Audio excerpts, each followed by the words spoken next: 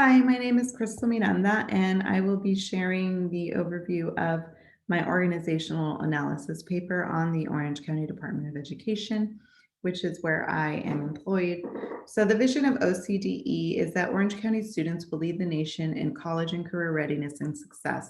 And what that means is providing um, student enrichment programs and professional development in order for students to help develop those 21st century skills that they're going to need once they are through their K through 12 careers. So critical thinking, creativity, collaboration, communication, literacy and information, media and technology. So our purpose is to make sure that we have the support systems in place for not just educators, but administrators, parents, and students. The makeup of the leadership consists of 5 members of our board that represent the 5 trustee areas within the county and the superintendent of our school. They are all voted in every 4 years. And you can see Dr. Mijares there on both sides, Board of Ed and Executive Leadership, and he kind of works as the bridge between the two. So our illustrative management practices, I would say, is more of an open systems model that need to consistently acquire resources as well as adapt to uncertain environments is very prevalent. We have to pivot in response to any policy that comes down from the state or political climates that might be at the moment.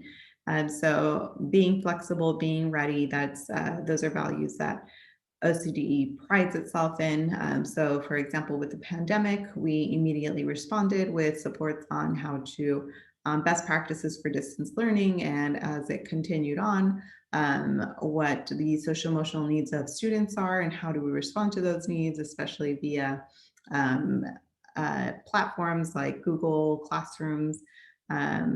And making sure that we're constantly growing and again acquiring those resources that we need to make sure that the programs that we have are sustainable. So the 6 mechanisms for coordinating and controlling work activities. What we see within OCDE is actually mutual adjustment, direct supervision, standardization of work processes, and standardization of values. So what that looks like is making sure that we have communication across different divisions because there is a lot of collaboration. So making sure that there is control as far as the outputs that are being given because there isn't a standardization of outputs, unfortunately, especially in the work that we do. A lot of it has to be researched. A lot of it changes just based on the different needs. So that direct supervision has to constantly be there because as we are held to a higher standard, what is being put out there needs to be within message for our organization. So there's a lot of direct supervision, making sure that anything that you are producing goes to your supervisor and then it kind of moves up the chain before it gets released to the public. So we want to make sure that our um, that the perception of OCDE is that everything that comes out is quality, research-based, evidence-based, and that it can be relied on because we are the experts within our field.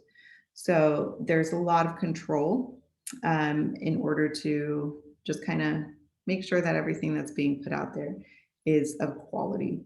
So standardization of work processes are in place for that. And then standardization of values, what it is that we work for. Within education, you're definitely going to see that across the board regardless. So our shared sense of mission is to be there for our students and to make sure that everything that we're doing is to help provide support and equitable education. So the classics organization theory that we see within OCDE definitely is heavily placed on Weber's ideal type of bureaucracy. We do see a little bit of Taylor's scientific management and Henri Fayol's 14 administrative principles, but for the most part, I would say because OCDE is a public organization and the specific purpose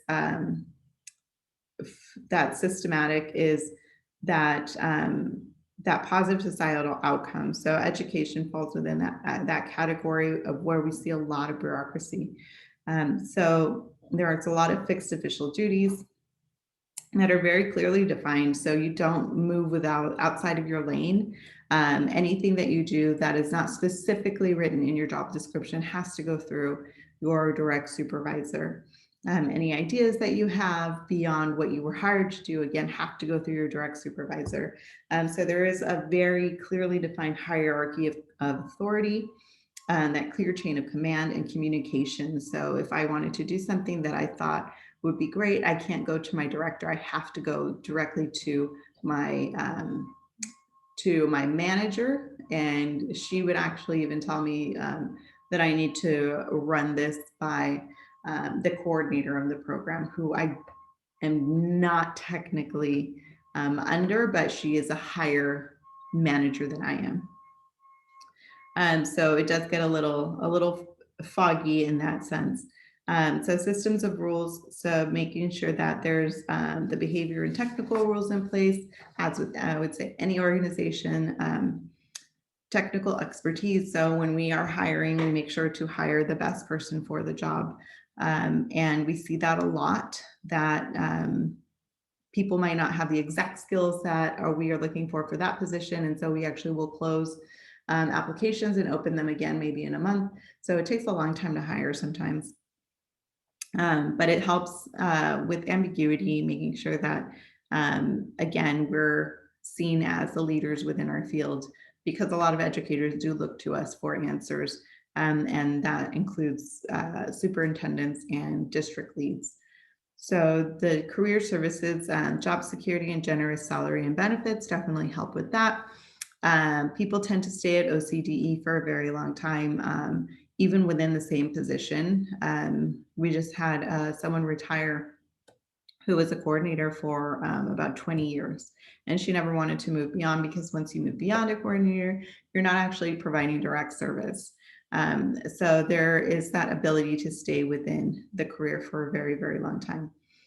Written documentation, so that helps protect not just ourselves, but also protects those who, the public, because they are the ones that are providing that funding. So we are beholden to them for all decisions, because of the grant money or the state funding that we receive.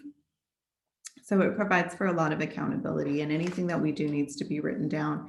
Myself, for example, anytime I reach out to a district or to any individual regarding my program, I have to make sure that I keep those emails or those, a log of the phone calls, because I might be called upon later to provide that information. So with Taylor, there's a little bit of scientific management, although his theory of scientific management is best suited for organizations with little change. So maybe factory type settings where there is a lot of rote work, highly predictable environments. We do still have some things such as functional foremanship. So direct and immediate supervisors, again, that top-down piece. And as I mentioned, once you get beyond a certain position, you're no longer providing direct service. So there is manager positions where their sole function is to manage, and they provide no planning, execution, or direct service themselves. Work standardization. So we do have that as far as certain functions, for promotional or making a flyer or forms. So there's a little bit of that within OCDE. Performance measurement. We are constantly looking at our PDSA cycles, so Plan, Do, Study, Act, to make sure that our programs are consistently improving.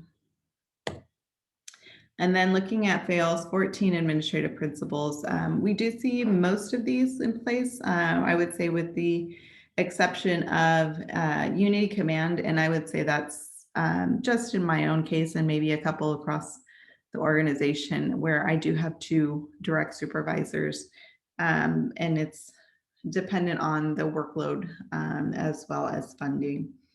And just for fun, I wanted to show you what that looks like. So I am the program lead all the way at the bottom, and I do answer to the coordinator, who is higher than I am, although she is technically not my boss. My manager is. but I do have to run things by her before it goes to my manager, for the most part.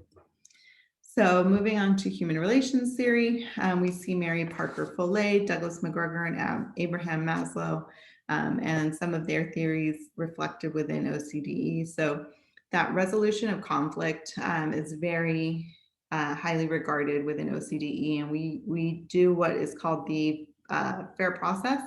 So those are the 3 E's: engagement, explanation, expectation, clarity.